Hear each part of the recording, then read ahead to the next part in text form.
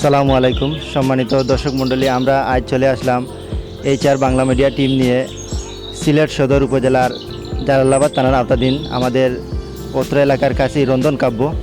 আমরা আমাদের টিম নিয়েই রন্ধন কাব্য চলে আসলাম। যেহেতু আমাদের টিমের অনেক সদস্য এখানে নাই, তারপর আমরা চেষ্টা করছি মানে যে কয়েকজন সদস্য নিয়ে আসা যায় আমরা রন্ধন কাব্যতে চলে আসলাম। আর এখানে আমাদের সাথে আছেন আমাদের টিমের কয়েকজন, আছেন আমাদের শাহিন ভাই, আছেন জাকির হোসেন, আছেন আমিন রানা, আরও আছেন আমাদের বাগনা আছেন মনসুর আলম।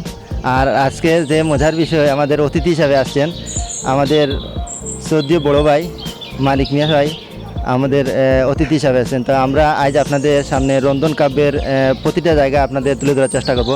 আর বলতে পারেন আমাদের পুরো টিম নিয়েই আমরা আজকে আপনাদেরকে রন্ধন কাব্য দেখাবো।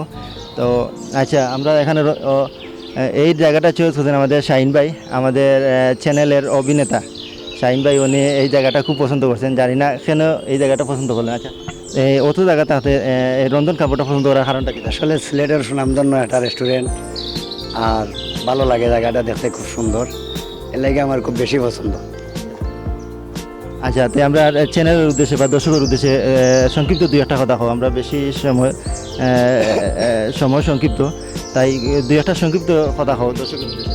আমার বদলা তো তুমি কই দিলে পারা ভাই, কেন তো আচ্ছা, আমাদের সাথে জাকির আছে, যিনি আমরা নাটকে দেখেছেন অত্যন্ত সুন্দর অভিনয় করে। বাস্তবে দেখেন জাকিরের কোনো দাড়িও নাই।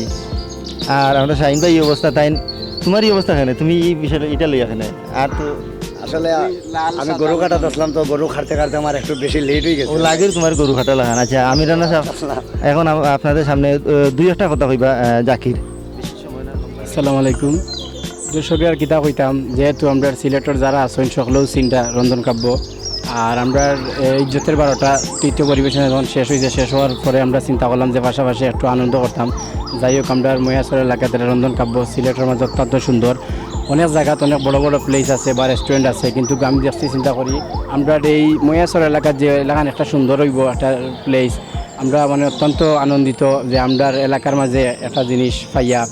অনেক মানুষ জানি অনেক দূর থেকে ভাবছো না ঠিক আছে এখানে, কিন্তু আমরা ভাবতে পারছি যে এইরকম হইব করি। তবে অত্যন্ত সুন্দর, আমরা একটু এনজয় করলাম। সবাই আমরা লাগি দোয়া করবা, HR বাংলা সাবস্ক্রাইব করবা, সবাই দেখবা আমরা রে ইনশাআল্লাহ নতুন নতুন জিনিস দেখাইমু। আসসালামু আলাইকুম। দুই একটা কথা কও সংক্ষিপ্ত। বিসমিল্লাহির রহমানির রহিম।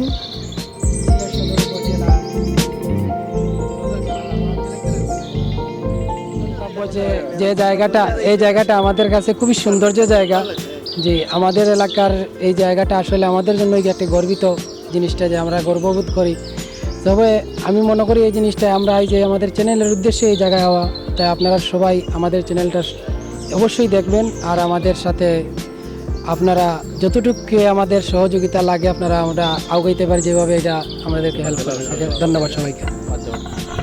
আমরা মানিক ভাই, আমরা লগে আইছি মানিক ভাইয়ের দুই একটা কথা কইব। আচ্ছা ভাই, আমরা আইয়া আপনার অতিথি হিসাবে ভাইলাম, এই হিসাবে আপনারা তো মানে আমরা খুব ভালো লাগছে পাইছি হিসাবে। আমরা ইনো আমার কারণটা কিতা ভাই, ইনো আমার ভালো লাগছে আমায় দেখা যায় আমার কাছে খুব একটা আনন্দ লাগছে, ভালো লাগছে, খুব ভালো লাগছে, খুবই ভালো লাগছে আমার কাছে। মানে সুন্দর সুন্দর ফুলের গাছ লাগাই, যে লাগাই লাগাই, এটা খুবই একটা ভালো লাগছে আমার কাছে। দর্শকের উদ্দেশ্যে কিছু কইবা নি এই জায়গাটা বেড়াইতে আইতানি না? না, দর্শকের কাছে হইবে একটা জায়গা আইতাই, ওই জায়গা তো এই জায়গায় খুব ভালো লাগছে, খুবই ভালো লাগছে এটা। আসলে মানিক ভাই অত অল্প বয়স, আপনি অত বুড়া মানুষের পাঞ্জাবি লাগানি, কি কারণটা কি? ইত্যান্ত ভালো লাগছে বাইরে জোবানার একটা করে এটা করতে হইবে, এটা পরিস্থিতি চালিয়ে দিতে হইবে। আচ্ছা, যাই হোক, আমরা আর বেশি কথা বলবো না। আমরা একে একে আপনাদের রন্ধন কাব্য প্রতিটি জায়গা তুলে ধরার চেষ্টা করব।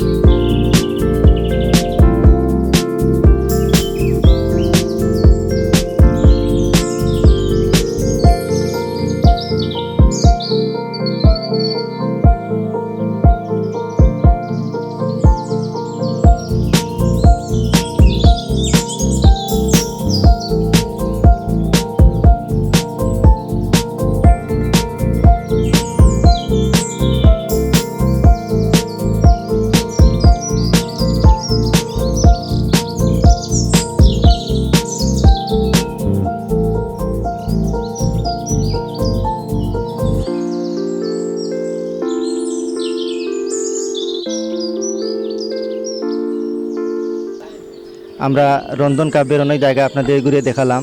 তো আমরা চেষ্টা করছি একের পর এক ধারাবাহিকভাবে আপনাদের কে দেখাতে। আর এখন আমরা একজন দর্শকের সাথে কথা বলবো, যিনি রন্ধন কাব্য বেড়াতে এসেছেন, এবং আমি ওনার কাছে জিজ্ঞাসা করবো আসলে রন্ধন কাব্যের আসার কারণটা কি, বা সিলেটে তো এত জায়গা আছে, উনি তো অন্য জায়গায় বেড়াতে যেতে পারতেন, কিন্তু উনি রন্ধন কাব্য চলে আসছেন। যাই হোক, আমি ওনার মুখ থেকে শুনবো উনি রন্ধন কাব্য সম্বন্ধে কিছু বলবেন, বা কেন রন্ধন কাব্য তিনি পছন্দ করলেন। আচ্ছা ভাই, সিলেটে তো এত দর্শনীয় জায়গা আছে, ঈদের এই সময় তো আপনি অন্য জায়গায় বেড়াতে যেতে পারতেন, রন্ধন কাব্য আসার কারণটা কি? আসসালামু আলাইকুম। এখানে আমার মূল কারণ হইল গিয়া যে এখান রন্ধন কাব্য খুব একটা ভালো একটা স্থানীয় জায়গা, বোয়ার জায়গা আছে, তারপরে আপনার খাওয়ারও খুব ভালো একটা প্লেস আছে। এর মধ্যে হইল গিয়া আপনার ঘুরতেও ভালো লাগে, মানে অনেক মানুষ অন্য অন্য পার্কও থাকি এখন বর্তমানে রন্ধন কাব্য খুব একটা মানে গ্রামের একটা ঐতিহ্য যে নিদর্শনটা পুরোটাই জায়গা আছে হিসাবে আপনাদের খুব ভালো লাগছে। তারপর ভালো দেখছি এখানে মাছ আছে, মাছ আছে, এখানে মাছটা আপনি উপভোগ করছেন কিনা জানি না, মাছ আছে, খুব ভালো লাগে। দেখছি আমি মাছ দেখছি, মাছ আছে কিন্তু। ধন্যবাদ ভাই, আসলে মানে আপনার মনের অনুভূতি প্রকাশ করার জন্য।